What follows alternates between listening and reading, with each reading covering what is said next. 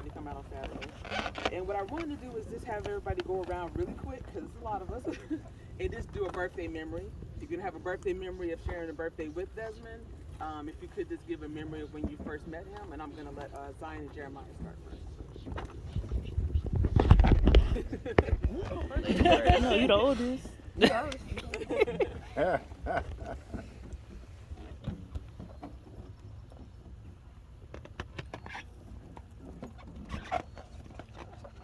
What birthday memory do you have? Like on his birthday or just like a memory Dad's in general? birthday. Oh. Birthday parties, barbecues. I remember one time he woke up. Well, I woke him up by scaring him on his birthday. He was April Fool's. I thought it was dead. I was like, April Fool's, wake up. He woke up. That's what I remember. Gotcha. What you got, Zion? I think this was last year. Where I was at school and he picked me up and like I love how his birthday April Fool's, like I get to do a bunch of pranks on him. And I was like, and I called him, I was like, Dad, I got suspended. He was like, Zion, what did you do? And I was like, I got into a fight. And he was like, you got into a fight? And then I was like, yeah. And then he was like, you trying to prank me because it's April Fool? And I was like, dang it. He had caught me. That was my favorite memory. What you got, Pastor? I'm gonna pass. All right. Miss Amanda? Oh, okay. I remember a lot of birthdays, mostly because I didn't get to come to the funeral or anything because I was out of country. But Desmond was my neighbor right across the street, and there was so many birthday memories, like little bitty house birthday parties, and I don't know. I just always remember as a kid just playing with Desmond and him welcoming me into his boys club. Even though I was a girl, and I don't think they knew I was, but they let me play. They helped me, and they really well, Desmond really he's my my conscience, because like even with my marriage, I always used to call Desmond. Matter of fact, last week I was thinking about Desmond, and me and my husband was going through something, and I was gonna call him, but I was like, he ain't here. I'm sorry, y'all. But he always gave me the yes or the no. Like, even if I was wrong, he'd be like, nah, you wrong. And if I was right, I'd be like, I knew I was right, so he was that friend that always gave me the real deal and helped me see the other side of me, which is my husband, his point of view, and I appreciate him for that, and that's what I remember most about Desmond. Okay, so really, I'm just kind of like wife then of the group. Ronnie's my husband, and I think probably the most memorable memory that I have, we went to his dedication when he became a deacon and all of that. But when he was getting ready to move to Texas, he had like this going away party type thing. And we went over to their house, and at the end, he was like, let's play a little game, red light, green light. Yes. And if you breathe, he was like, ow! I was like, he does not want to get his money off. He told the kids, whoever make it to them, like, hey, whoever make it to me first, get this $20. And I swear, as soon as you got real close, if you, like, moved, he was like, ow! He was like, they got to breathe. So I think that probably would be my best memory that I can remember of him. Go ahead, Ian. Man, it's a lot of years. Desmond was born in February like me. I was on the 16th. So it was like, man, to have that, not born, I'm saying, when he passed, it was like, so to have that transition the same month, it was like hard to deal with. But to piggyback off this young lady, I was over the road driving trucks, and he would give me tips and just different things, different scenarios, the family dynamics was like kind of hectic at home. So, like I said at the funeral, he was like a rabbi, and he wasn't biased. He don't have no problem with telling you wrong, because he was just genuine like that. And that's just what I'm gonna miss about him, his genuineness. Like, he always kept a smile. He was always positive. So, it's just like real hard taking this on, and just like, man, it's gonna be hard, when you think about him. Like she said, you can't call him, but all we have is the love, the memories to hold on to, and we could just move forward and, you know, just try to think about the family. Like, what would Desmond do? You know, like what would he want you to do? Just got to continue to move on and just, you know, just to live and have fun, because that's the way he would want, and that's what I'm doing. I don't have any birthday memories, but what I can tell you, there's not too many brothers you can talk to about politics, business, and money. They talk about a lot of weird stuff. I won't name it, so that's what I'm going to miss about it. Then, of course, he does my taxes. Tax season is here. I had to go meet people and do it. That's my man. Oh my goodness. I don't know if I have so many birthday memories, but I have so many memories of Desmond and Star when they were growing up. I think one of the things that stood out most for me is my kids were much younger. Desmond and Star were young teenagers and my children were toddlers. And they would call me on Saturday morning, like, Miss Maritza, could you come get us? I was like, why are y'all always trying to hang around my house? I got babies here. Y'all are grown. It's so much fun when we come to your house. So I'll go get them. Desmond will be outside with my husband working on the card or the yard or whatever my husband choose to make Desmond do that day. That's what Desmond did. And he would put Desmond to work. And Star and I will be in the kitchen and we would just be cooking and laughing and listening to music, watching movies. I would say most of their teenage years, they spent a lot of that time over at my house. Star was my babysitter. And my daughter used to give her the what's up. But I just spent a lot of time with them. I spent a lot of time around them and their family, and it's like a hole in my heart. Desmond left, it's like I lost one of my own, because Desmond, no matter what, you call Desmond anytime, any day, he went out of his way to be there for you. He was just always so reliable, and it's just a hole. It just left a vacant hole.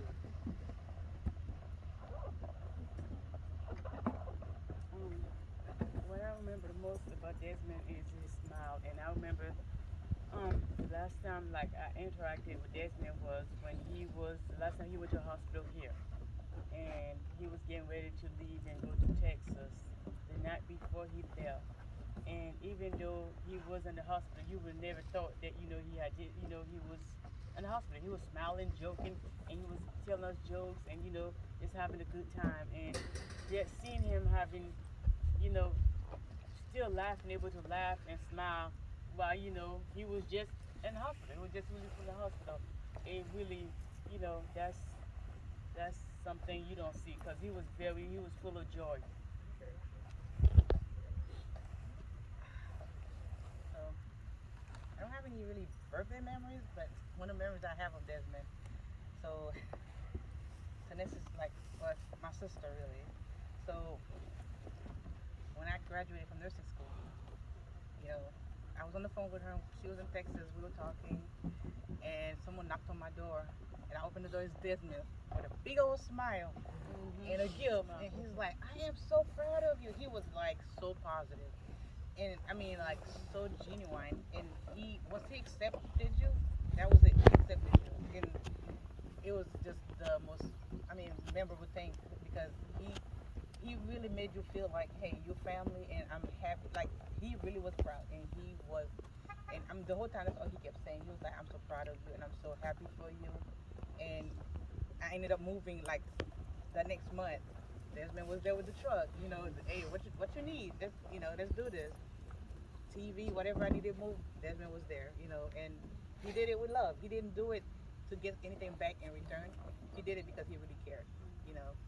So that's one of the things that I'm gonna miss about him, and also the way that he was so present in their life. It's a whole. Yeah. So, y'all know Desmond's birthday is on April Fool's Day. So Desmond used to get teased in school when he was younger. That was a double whammy for him. It's April Fool's Day and his birthday. It would be relentless. So about second grade, he'd be crying to mom and dad, I don't want to have to go to school. These kids are killing me. Third grade, he was like, okay, y'all, come on. It's April Fool's Day. Can you give me a break? So they decided Desmond, whenever his birthday fell, on a school day, on a weekday, he didn't have to go to school. You know how jealous I was? Oh, I was like, so I gotta go to school every day. no matter what on my birthday. If I don't want to. But he had a freebie. So if y'all ever saw him and it was his birthday and he was in school, it was because he wanted to be there. He didn't have a choice. So that was one of many birthday memories I have. Well, I'm the baby of the Edda Boys, so I wasn't around for too many birthday parties, especially the fun ones, when they was growing up and stuff like that. But anytime there was ever an event, anything like that, whenever Desmond was around, it was always a good time. A lot of memories made, and really became, close to a brother as you could possibly get. We're never gonna be the same without events. All of us get together and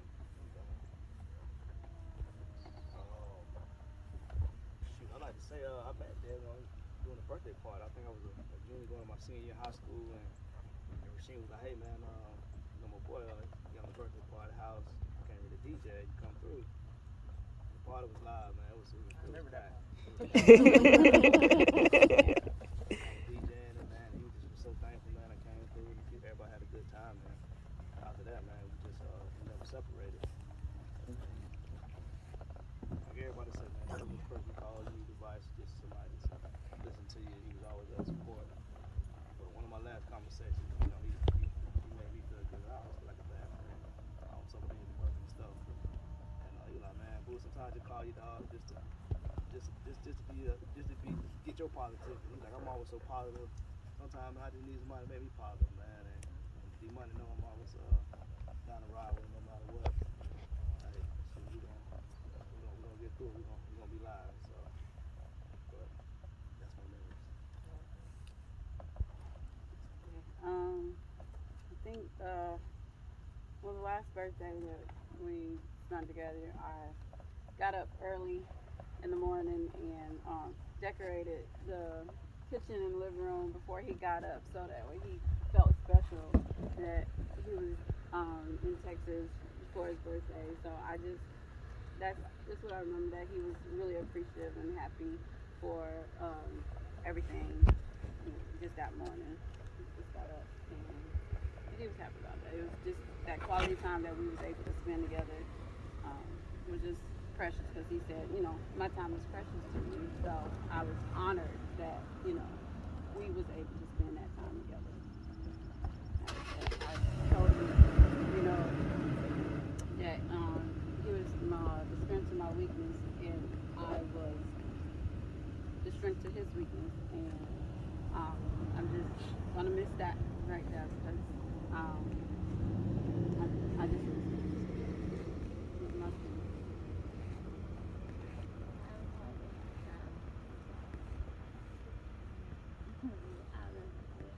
I don't have any particular birthday memories, but I do have a memory of several memories. Anybody who knows me knows that I like to bargain, and I shop a lot online, especially on Facebook Marketplace. And I found something for my husband one time, and I wanted to surprise him. And so I had set it all up and called Deacon Desmond, and he was gonna go pick it up. And I can't keep secrets, so of course I told him it was coming, because I didn't want him to get mad with me for calling Deacon Desmond. But he bought Zai and Jay like he always does, and put them to work too. And they got the old desk out the office and put the new desk in the office. And he was just so reliable, and anytime I needed anything, I could call on him. And I always say, did I catch you at a bad time? And he never said he never said yes. So I miss that about him, his loyalty and reliability. It's interesting. I mean, we interacted like so frequently. It was always something business. It was something to do, and it was always to do something, or he was a person who was accountable. Always. There's people who get up, you just won't see them, and you just don't know where they are. But he let me know Pastor Mills won't be there. Me and the family won't be there. We're out of town on the pass. You know, whatever. He's always, you know, just accountable. He's always available. He would, you know, just like what my wife said, and that was a crazy story too, because we went all the way out to Middleburg, way past Middleburg. No, that was something different. That was a different. That was a different time. Okay, yeah. We had to go way out to Middleburg, get that, and then once we got back, find out we missed a piece, so we had to go all the way back out there. But I mean, when I talk about hardworking brother who you know, just loved to work, loved to help, he was the type of a person who always checked on you, asked you how you were doing, you know, which is, you know, which is not quite frequent as a pastor. You know, the interesting thing about Desmond is, you know, first seeing him, I came back to Jacksonville, and you know, he had these, you know, he was, you know, had the cornrows and everything, and you know, he you know, we started working side by side, and we worked side by side under our previous pastor, and he was his right hand man. He was the treasurer. He became, after my mom, he became mom and Isaac. He became the treasurer, and so you know, he took care of things for Pastor Matty, and you know, he did the same thing for me. As soon as I became pastor, it was like play same play. He literally the only man that did not run away from me and did not kick up his heel against me in our church. I mean, literally the only one. And I mean, I think it takes somebody who's secure in their manhood, secure in who they are, and really are you know, a team player. He you know, will always say, hey, gotta get the work done, gotta get it done, you know, work gotta get done, you know.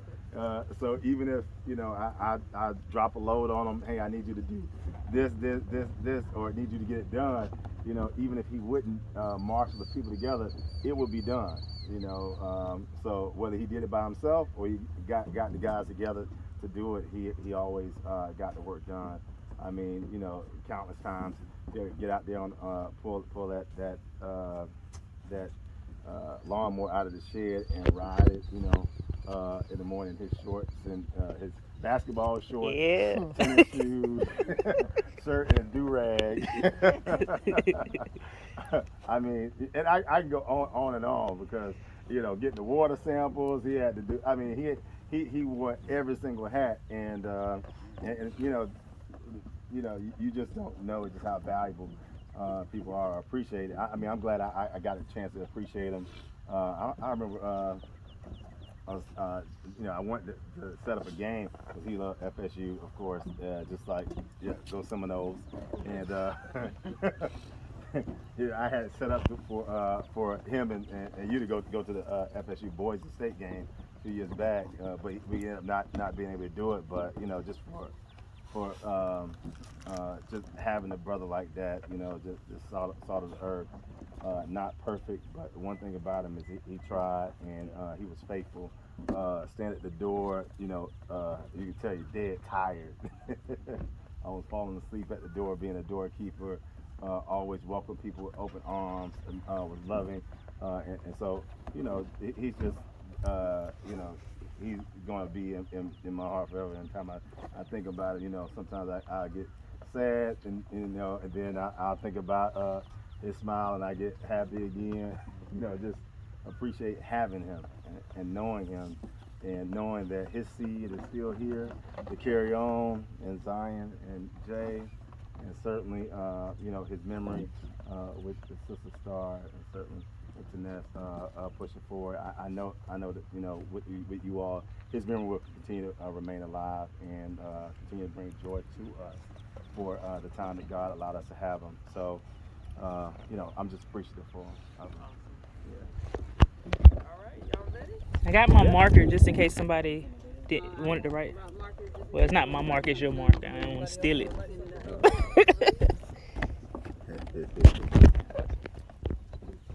that doesn't have a book, so we have some escapees. Got to hold on to it.